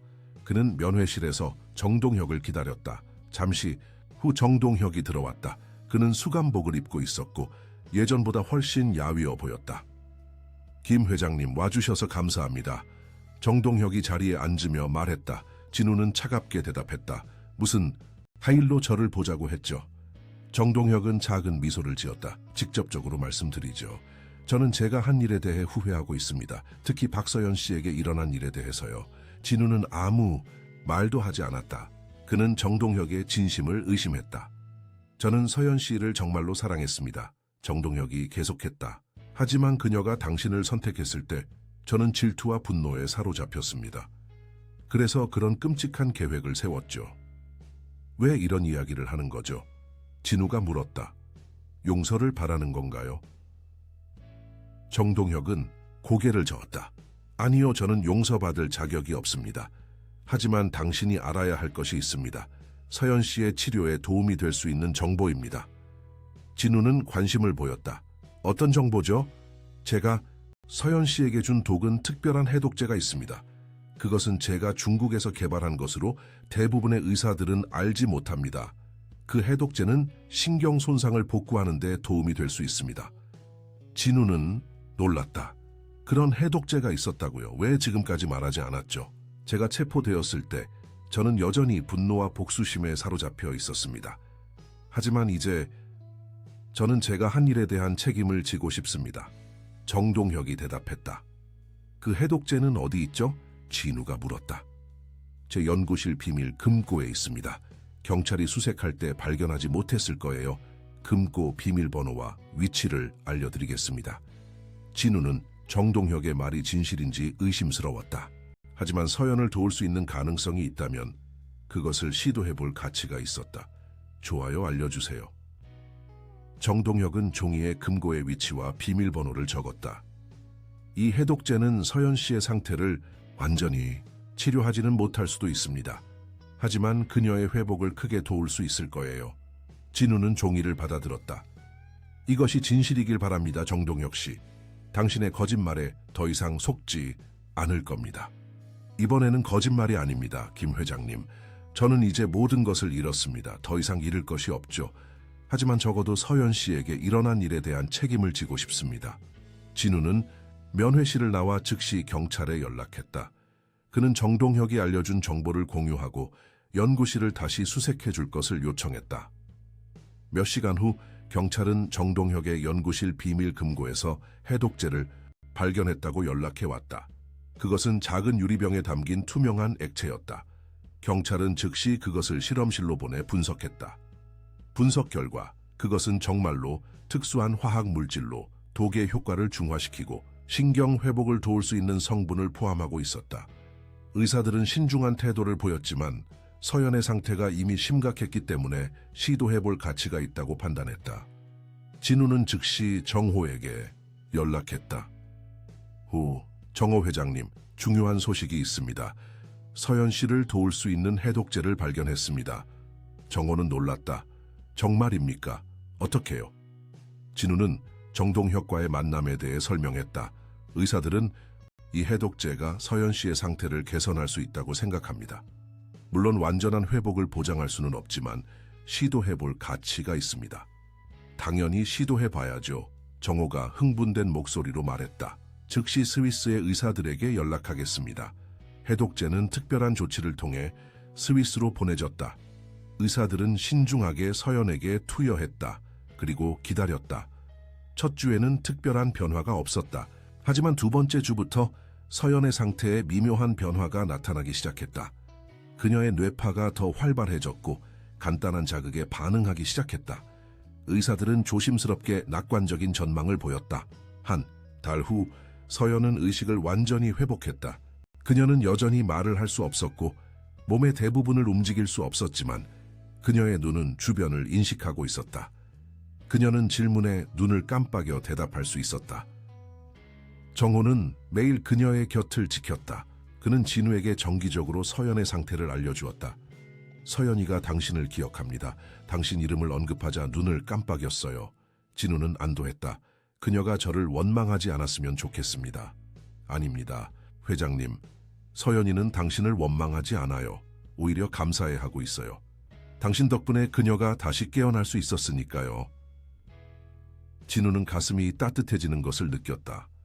그는 서연이 완전히 회복되기를 진심으로 바랐다. 그녀는 그런 고통을 겪을 만한 사람이 아니었다. 집으로 돌아오는 길에 진우는 미나와 준호를 위한 선물을 샀다. 그는 그들에게 서연의 상태가 호전되고 있다는 소식을 전하고 싶었다. 아이들은 서연에 대한 이야기를 들었고 그녀를 만나고 싶어 했다. 집에 도착하자 미나와 준호는 정원에서 놀고 있었다. 그들은 진우를 보자마자 달려와 그를 껴안았다. 아빠, 오늘 학교에서 뭐 했게? 진우가 물었다. 미나가 신나게 대답했다. 오늘 가족에 대한 발표를 했어요. 선생님이 제 이야기가 가장 감동적이라고 하셨어요. 진우는 미소를 지었다. 정말? 어떤 이야기를 했니? 저는 우리가 어떻게 가족이 되었는지 이야기했어요. 처음에는 아빠가 무서웠지만 이제는 세상에서 가장 좋은 아빠라고요. 그리고 준호와 제가 얼마나 행복한지도요. 진우는 감동을 받아 미나를 꼭 안아주었다. 고마워 미나야. 나도 너희들이 있어서 정말 행복해. 그날 저녁 그들은 함께 식사를 하고 보드게임을 했다.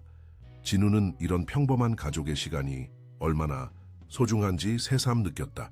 그는 이전의 삶에서는 결코 경험하지 못했던 따뜻함과 행복을 느꼈다. 아이들이 잠든 후 진우는 정원으로 나가 별을 바라보았다. 그는 서연을 생각했다. 그녀가 완전히 회복되어 새로운 삶을 시작할 수 있기를 바랐다. 그리고 언젠가 그녀가 미나와 준호를 만날 수 있기를 바랐다. 그들은 서로에게 좋은 영향을 줄 것이다. 진우는 깊은 생각에 잠겼다. 그의 인생은 예상치 못한 방향으로 흘러갔다. 하지만 그는 지금의 삶에 감사했다. 그는 이제 진정한 행복이 무엇인지 알게 되었다. 그것은 부나 권력이 아니라 사랑하는 사람들과 함께하는 소중한 순간들이었다. 1년 후 봄날의 따스한 햇살이 정원을 비추고 있었다. 진우는 집 뒤편 정원에 담요를 펴고 피크닉 준비를 하고 있었다. 미나와 준호는 강아지들과 함께 정원을 뛰어다니며 놀고 있었다. 그들의 웃음소리가 온 정원에 울려 퍼졌다. 진우는 잠시 일어서서 아이들을 바라보았다. 1년 전만 해도 상상할 수 없었던 모습이었다. 그때의 그는 사업에만 몰두한 채 진정한 행복이 무엇인지 몰랐다. 하지만 이제 그는 알고 있었다. 진정한 행복은 바로 이런 것이었다. 사랑하는 사람들과 함께하는 소소한 일상의 기쁨. 아빠, 준비됐어요? 미나가 달려와 물었다. 그녀는 이제 8살이 되었고 학교에서도 인기가 많은 밝은 소녀로 성장하고 있었다. 진우는 미소를 지었다. 거의 다 됐어. 여기 도와줄래? 미나는 기쁘게 고개를 끄덕이며 진우를 도왔다. 준호도 달려와 그들과 함께했다. 준호는 이제 6살이 되었고 예전에 소심하고 말이 없던 아이에서 활발하고 호기심 많은 아이로 변해 있었다. 오늘은 특별한 날이에요. 진우가 말했다. 우리 가족이 된 지 1주년이 되는 날이지. 아이들은 기쁨에 찬 표정으로 진우를 바라보았다. 그래서 아빠가 피크닉을 준비한 거예요? 미나가 물었다. 그래. 그리고 특별한 손님도 올 거야. 진우가 말했다. 밴도고요. 준호가 호기심 어린 눈으로 물었다. 조금만 기다려봐. 곧 알게 될 거야. 진우가 미소를 지었다. 그들은 함께 피크닉 매트 위에 음식을 펼쳤다. 진우는 아이들이 좋아하는 음식들을 준비했다.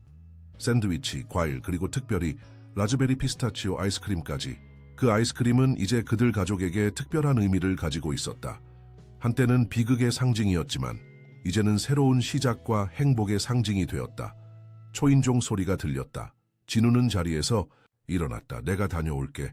너희는 계속 준비하고 있어. 진우는 집 안으로 들어가 현관문을 향해 걸어갔다. 그의 가슴은 기대감으로 두근거렸다. 문을 열자 정호와 진석이 서 있었다. 그리고 그들 사이에 휠체어를 탄 서연이 있었다. 어서 오세요. 진우가 미소를 지으며 그들을 맞이했다. 서연 씨, 만나서 반갑습니다. 서연은 약하게 미소를 지었다. 그녀는 여전히 휠체어에 의존하고 있었지만 1년 전보다 훨씬 나아 보였다. 그녀의 눈은 생기가 돌아왔고 간단한 단어들을 말할 수 있게 되었다. 진우 씨, 서연이 천천히 말했다. 그녀의 목소리는 여전히 약했지만 그 안에는 강한 의지가 느껴졌다. 진우는 감동을 받아 잠시 말을 잊었다. 서연이 다시 말을 할 수 있게 되다니. 들어오세요. 아이들이 기다리고 있어요. 그들은 함께 정원으로 나갔다. 미나와 준호는 처음에는 수줍어했지만 곧 서연에게 다가갔다. 예, 안녕하세요. 미나가 공손하게 인사했다. 저는 미나예요. 그리고 이건 제 동생 준호예요. 서연은 따뜻한 미소를 지었다. 안녕, 예쁘구나. 미나는 기쁜 듯이 웃었다. 감사해요. 아저씨는 할아버지예요. 그녀가 정호를 가리키며 물었다. 정호는 웃음을 터뜨렸다. 그래, 나는 서연이 아빠란다. 그들은 함께 피크닉 매트에 앉았다. 정호와 진석이 서연을 조심스럽게 휠체어에서 내려 매트 위에 앉게 도왔다. 서연은 아직 몸을 완전히 가눌 수는 없었지만 짧은 시간 동안은 도움 없이 앉아 있을 수 있었다. 서연 씨, 스위스에서의 치료는 어떻습니까? 진우가 물었다. 좋아요. 서연이 천천히 대답했다. 매일 조금씩 나아지고 있어요. 정호가 덧붙였다. 의사들은 서연이가 놀라운 회복력을 보이고 있다고 합니다. 1년 전만 해도 그녀가 다시 말을 할 수 있을 거라고 예상하지 못했죠. 정말 다행입니다. 진우가 진심으로 말했다. 서연 씨가 완전히 회복되길 바랍니다. 서연은 미나와 준호를 바라보았다. 아이들이 행복해 보여요. 진우는 고개를 끄덕였다. 그래요, 그들은 정말 놀라운 아이들입니다. 제 인생을 완전히 바꿔놓았죠. 서연 이모, 미나가 갑자기 말했다. 우리 이야기 들어볼래요? 서연은 미소를 지었다. 그래, 말해줘. 미나는 자신과 준호가 어떻게 진우를 만났는지 그리고 어떻게 가족이 되었는지 이야기하기 시작했다. 그녀는 아이스크림 가게에서의 첫 만남부터 진우가 그들을 입양하기까지의 모든 과정을 생생하게 설명했다. 준호도 때때로 자신의 기억을 보태며 이야기에 참여했다. 서연은 귀에 깊게 들었다. 그녀의 눈에는 때때로 눈물이 고이기도 했다. 미안해. 서연이 이야기가 끝나자 말했다. 내가 너희에게 그런 일을. 미나는 고개를 저었다. 이모가 사과할 필요 없어요. 이모 때문에 우리가 아빠를 만났잖아요. 그리고 이제 우리는 행복한 가족이 되었어요. 서연의 눈에서 눈물이 흘러내렸다. 진우는 그녀에게 손수건을 건넸다. 미나 말이 맞아요, 서연 씨. 우리 모두 그 일을 통해 더 나은 사람이 되었습니다. 그들은 함께 식사를 하며 이야기를 나누었다. 아이들은 서연에게 학교에서 있었던 일들을 이야기했고 서연은 최대한 집중해서 들었다. 그녀는 말을 많이 할 수는 없었지만 그녀의 눈은 모든 것을 말해주고 있었다. 식사 후 진우는 아이스크림을 꺼냈다. 라즈베리 피스타치오 아이스크림입니다. 특별히 오늘을 위해 준비했어요. 자면 서연은 놀란 표정이었다. 그녀는 그 아이스크림이 가진 의미를 알고 있었다. 진우 씨, 괜찮아요, 서연 씨. 이제 이 아이스크림은 우리에게 새로운 의미를 가지고 있어요. 과거의 아픔이 아니라 새로운 시작과 행복의 상징으로요. 서연은 천천히 고개를 끄덕였다. 그녀는 작은 스푼으로 아이스크림을 맛보았다. 맛있네요. 그들은 함께 아이스크림을 먹으며 평화로운 시간을 보냈다. 아이들은 곧 다시 정원을 뛰어다니기 시작했고 어른들은 그들을 바라보며 이야기를 나눴다. 진우 씨, 정말 감사합니다. 진석이 말했다. 누나가 이렇게 회복된 것은 모두 당신 덕분입니다. 진우는 고개를 저었다. 아니요, 그건 서연 씨의 강한 의지 덕분입니다. 그리고 우리 모두의 노력이죠. 그래도 당신이 정동혁을 만나지 않았다면 우리는 해독제에 대해 알지 못했을 거예요. 정호가 말했다. 당신은 우리 가족에게 새로운 희망을 주셨습니다. 진우는 미소를 지었다. 우리는 이제 하나의 큰 가족이에요. 서로 돕는 것은 당연한 일입니다. 서연이 진우의 손을 잡았다. 그녀의 손은 약했지만 따뜻했다. 고마워요. 용서해줘서. 진우는 서연의 손을 부드럽게 잡았다. 용서할 것이 없어요, 서연 씨. 우리 모두 속았던 거예요. 중요한 것은 이제 우리 모두 그 어둠에서 벗어나 새로운 시작을 했다는 거죠. 서연은 미소를 지었다. 그녀의 눈에는 평화로움이 깃들어 있었다. 새로운 시작. 해가 서서히 기울기 시작했다. 정호는 시계를 확인하고 일어섰다. 슬슬 가야 할 시간이 됐네요. 서연이는 아직 너무 오래 밖에 있으면 지치거든요. 진우는 고개를 끄덕였다. 네, 이해합니다. 오늘 와주셔서 정말 감사합니다. 미나와 준호는 서연에게 작별 인사를 했다. 이모, 또 올 거예요? 미나가 물었다. 서연은 미소를 지었다. 그래, 꼭 올게. 그들은 서연을 다시 휠체어에 태우고 현관으로 향했다. 진우는 그들을 배웅했다. 다음에는 제가 스위스에 방문하겠습니다. 아이들과 함께요. 언제든 환영합니다. 도정호가 말했다. 서연이도 분명 기뻐할 거예요. 그들이 떠난 후 진우는 다시 정원으로 돌아와 아이들과 함께 피크닉 도구를 정리했다. 해는 이제 거의 지고 있었고 하늘은 아름다운 황금빛으로 물들어 있었다. 아빠, 서연 이모가 좋아요. 미나가 말했다. 이모가 완전히 나아질까요? 진우는 잠시 생각했다. 글쎄, 완전히 나아질지는 알 수 없어. 하지만 서연 이모는 정말 강한 사람이야. 그리고 지금도 매일 조금씩 나아지고 있어. 우리가 이모를 도울 수 있어요? 준호가 물었다. 진우는 미소를 지었다. 물론이지. 우리가 이모를 자주 방문하고 응원해주면 분명 도움이 될 거야. 아이들은 기쁜 듯이 고개를 끄덕였다. 그들은 이제 정리를 마치고 집 안으로 들어갔다. 진우는 아이들에게 목욕을 시키고 잠자리에 들게 했다. 오늘 정말 좋은 날이었어요, 아빠. 미나가 침대에 누우며 말했다. 그래, 정말 특별한 날이었지. 진우가 대답했다. 1년 전 오늘 우리는 가족이 되었어. 그리고 앞으로도 영원히 가족으로 함께할 거야. 약속해요? 준호가 물었다. 약속할게. 진우가 대답했다. 이제 잘 자, 우리 보물들. 아이들이 잠든 후 진우는 서재로 향했다. 그는 책상 위에 놓인 사진 한 장을 집어들었다. 그것은 미나, 준호 그리고 그가 함께 찍은 가족 사진이었다. 그들은 모두 행복하게 웃고 있었다. 진우는 창밖을 바라보았다. 밤하늘에는 별들이 빛나고 있었다. 그는 1년 전에 그날을 생각했다. 그날의 비극이 아니었다면 그는 지금의 행복을 알지 못했을 것이다. 인생은 참 아이러니했다.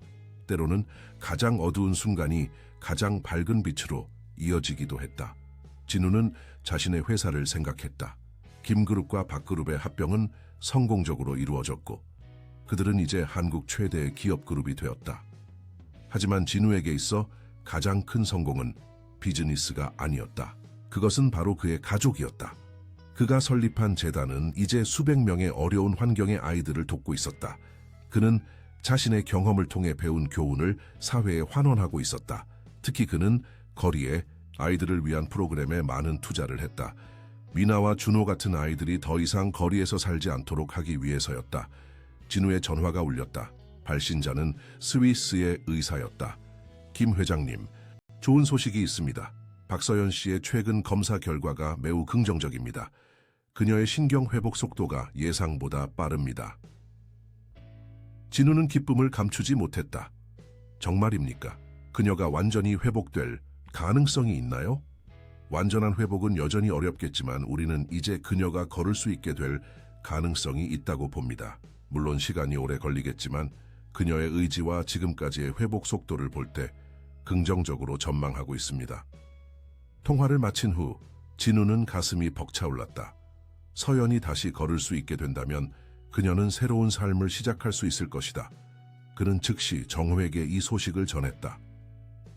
다음 날 아침, 진우는 일찍 일어나 아이들을 위해 아침을 준비했다. 그는 이제 요리에 조금 익숙해져 있었다.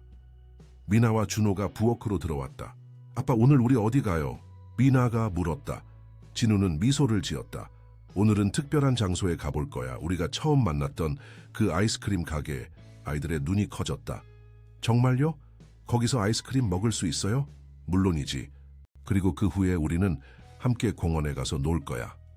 아이들은 기쁨에 찬 표정으로 아침을 먹기 시작했다.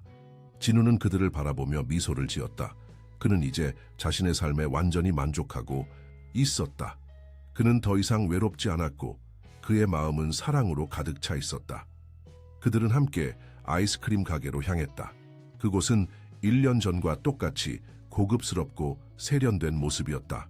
하지만 이제 진우에게 그곳은 단순한 아이스크림 가게가 아니었다. 그것은 그의 인생이 바뀐 장소였다.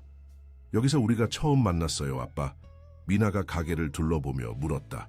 진우는 고개를 끄덕였다. 그래, 네가 용감하게 내게 다가와 경고해줬던 곳이야. 저는 기억이 잘 안 나요, 준호가 말했다. 그때 너무 어렸어요. 괜찮아, 준호야. 중요한 건 우리가 지금 함께 있다는 거야. 그들은 가게에 들어가 테이블에 앉았다. 진우는 라즈베리 피스타치오 아이스크림을 주문했다. 종업원이 아이스크림을 가져왔을 때 진우는 잠시 그것을 바라보았다. 이제 그 아이스크림은 그에게 두려움이 아닌 감사함을 느끼게 했다. 이 아이스크림 덕분에 우리는 가족이 될 수 있었어. 진우가 말했다. 때로는 삶에서 가장 어려운 순간이 가장 큰 선물을 가져다 주기도 해. 미나와 준호는 고개를 끄덕이며 아이스크림을 먹기 시작했다. 진우도 자신의 아이스크림을 맛보았다. 그것은 달콤하고 상큼했다. 마치 그의 새로운 삶처럼. 그들이 아이스크림을 먹고 있을 때 가게 밖으로 서연을 본 것 같았다. 그녀는 휠체어를 타고 있었고 정호와 진석이 그녀를 밀고 있었다. 그들은 잠시 가게 앞에 멈춰 서서 안을 들여다보았다. 진우가 그들을 발견하고 손을 흔들자 서연도 미소를 지으며 손을 흔들었다. 그들은 잠시 서로를 바라보았다. 그 눈빛 속에는 이해와 용서, 그리고 새로운 시작에 대한 희망이 담겨 있었다. 그리고 그들은 각자의 길로 향했다. 하지만 이제 그들은 더 이상 적이 아니었다. 그들은 같은 아픔을 겪고 같은 희망을 품은 동반자였다. 진우는 아이들과 함께 공원으로 향했다. 그들은 함께 뛰어놀고 웃고 행복한 시간을 보냈다. 진우는 이런 순간들이 얼마나 소중한지 깨달았다. 그는 더 이상 과거에 연연하지 않았다. 그는 현재를 살고 미래를 꿈꾸었다. 해가 질 무렵 그들은 집으로 돌아왔다. 진우는 아이들을 재우고 정원으로 나왔다. 그는 별이 빛나는 하늘을 바라보았다. 감사합니다. 그가 작은 목소리로 말했다. 그는 누구에게 말하는 것인지 확실하지 않았다. 어쩌면 우주에, 어쩌면 운명에, 어쩌면 그 모든 것을 가능하게 한 작은 소녀에게 감사합니다.